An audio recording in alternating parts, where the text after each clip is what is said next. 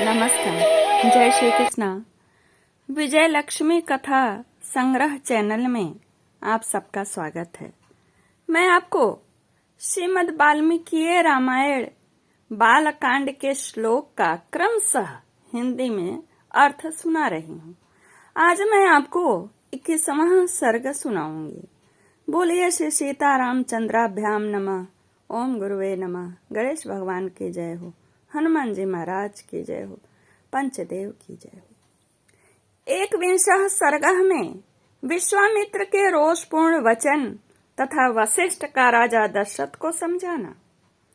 राजा दशरथ की बात के एक एक अक्षर में पुत्र के प्रति स्नेह भरा हुआ था, जो आप 20वें अध्याय में सुन लीजिएगा। 20वें सर्ग में उसे सुनकर महर्षि विश्वामित्र कुपित हो गए और कुपित होकर इस प्रकार बोले, राजन, पहले मेरी मांगी हुई वस्तु के देने की प्रतिज्ञा करके अब तुम इसे तोड़ना चाहते हो। प्रतिज्ञा का यह त्याग रघुवंशियों के योग्य तो नहीं है। यह बर्ताव तो इस कुल के विनाश का सूचक है। नरेश्वर, यदि तुम्हें ऐसा ही उचित प्रतीत होता है तो मैं जैसा आया था वैसा ही लौट जाऊंगा। ककुत स्थल कुल के रत्न, अब तुम अपने प्रतिज्ञा झूठी करके हितैषी सुहृदों से घिरे रहकर सुखी रहो। बुद्धिमान विश्वामित्र के कुपित होते ही सारी पृथ्वी कांप उठी और देवताओं के मन में महान भय समा गया। उनके रोष से सारे संसार को त्रस्त हुआ जान उत्तम व्रत का पालन करने वाले धीर चित महर्षि वशिष्ठ ने राजा से इस प्रकार कहा, मतलब उनको समझाने लगे, महाराज, आप इक्ष्वाकु वंशी राजाओं के कुल में साक्षात दूसरे धर्म के समान उत्पन्न हुए हैं। धैर्यवान, उत्तम व्रत के पालक तथा श्री संपन्न हैं। आपको अपने धर्म का परित्याग नहीं करना चाहिए। महाराज, रघुकुल भूषण दशरथ जी, आप बड़े धर्मात्मा हैं। यह बात तीनों लोकों में प्रसिद्ध है। अतः आप अपने धर्म का ही पालन कीजिए। अधर्म का भार सिर पर न उठाइए। मैं अमुक कार्य करूंगा ऐसा प्रतिज्ञा करके भी जो उस वचन का पालन नहीं करता, उसके यज्ञ याग आदि इष्ट तथा बावली तालाब बनवाने आदि पूर्त कर्मों के पुण्य का नाश हो जाता है। अतः आप श्री राम को विश्वामित्र जी के साथ भेज दीजिए।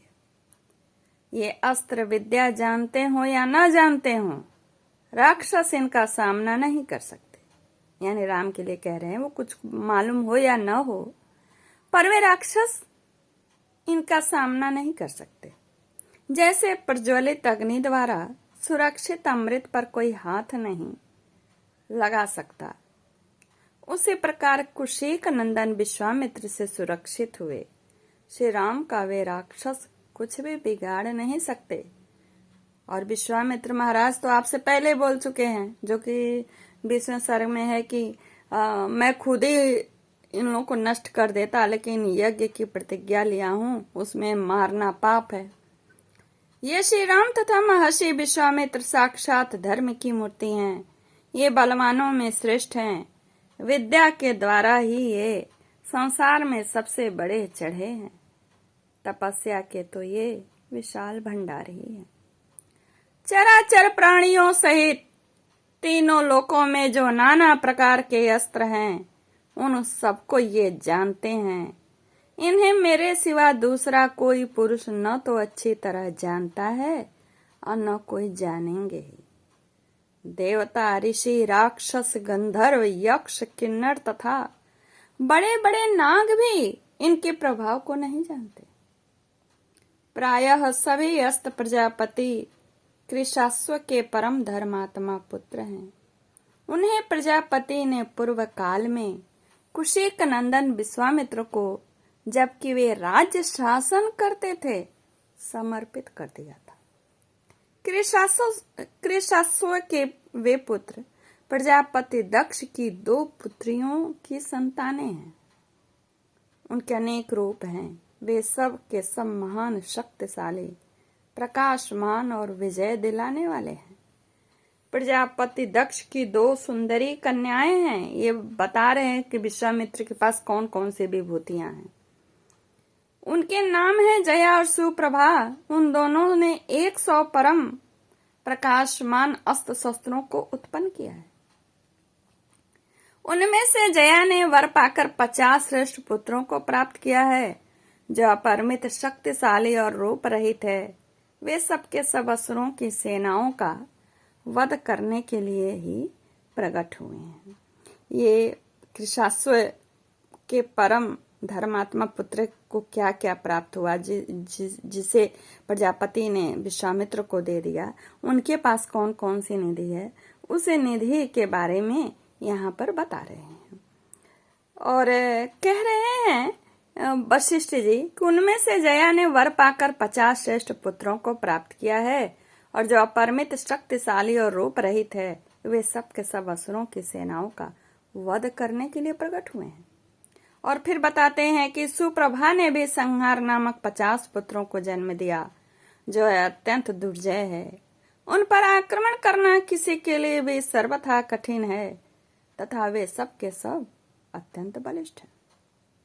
और ये धर्मज्ञ कुशीक नंदन उन सब अस्त्र शस्त्रों को अच्छी तरह जानते हैं, जो अस्त्र अब तक उपलब्ध नहीं हुए हैं, उनको भी उत्पन्न करने की इनमें पूर्ण शक्ति है। पर अभी क्या है, इन्होंने प्रतिज्ञा ली है, इसलिए राम जी को लेने आए हैं। रघुनंदन, इसलिए इन मुनि श्रेष्ठ धर्मज्ञ महात्मा विश्वामित्र जी से भूत या भविष्य की कोई बात छिपी नहीं है। राजन, ये महातेजस्वी महायशस्वी विश्वामित्र ऐसे ही प्रभावशाली हैं, अतः इनके साथ राम को भेजने में आप किसी प्रकार का संदेह ना करें। महर्षि कौशिक स्वयं भी उन राक्षसों का संहार करने में समर्थ हैं, किंतु ये आपके पुत्र का कल्याण करना चाहते हैं, इसलिए यहाँ आकर आपसे याचना कर रहे हैं।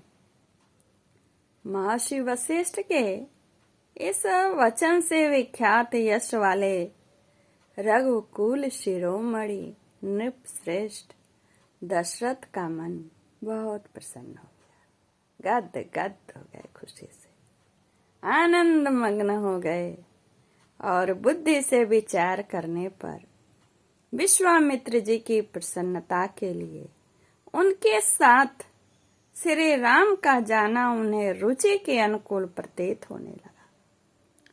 इस सर्ग में 22 श्लोक है। 22 श्लोक का हिंदी में अर्थ मैंने आपको सुनाया। पूरा सुनिए, लाइक कमेंट्स शेयर करिए। ये मत सोचिए कि मुझ जैसी साधारण गृहस्थन सुना रही है, ये सोचिए किसके बारे में सुना रही है, उसके बारे में याद करके पूरा सुने, लाइक कमेंट शेयर करें, क्योंकि सुना तो रही हूँ रघुनाथ के बारे में, श्री राम जी के बारे में। इस प्रकार श्री वाल्मीकि निर्मित आश रामायण आदि काव्य के बालकांड में 21वां सर्ग पूरा हुआ। नमस्कार, जय श्री कृष्ण।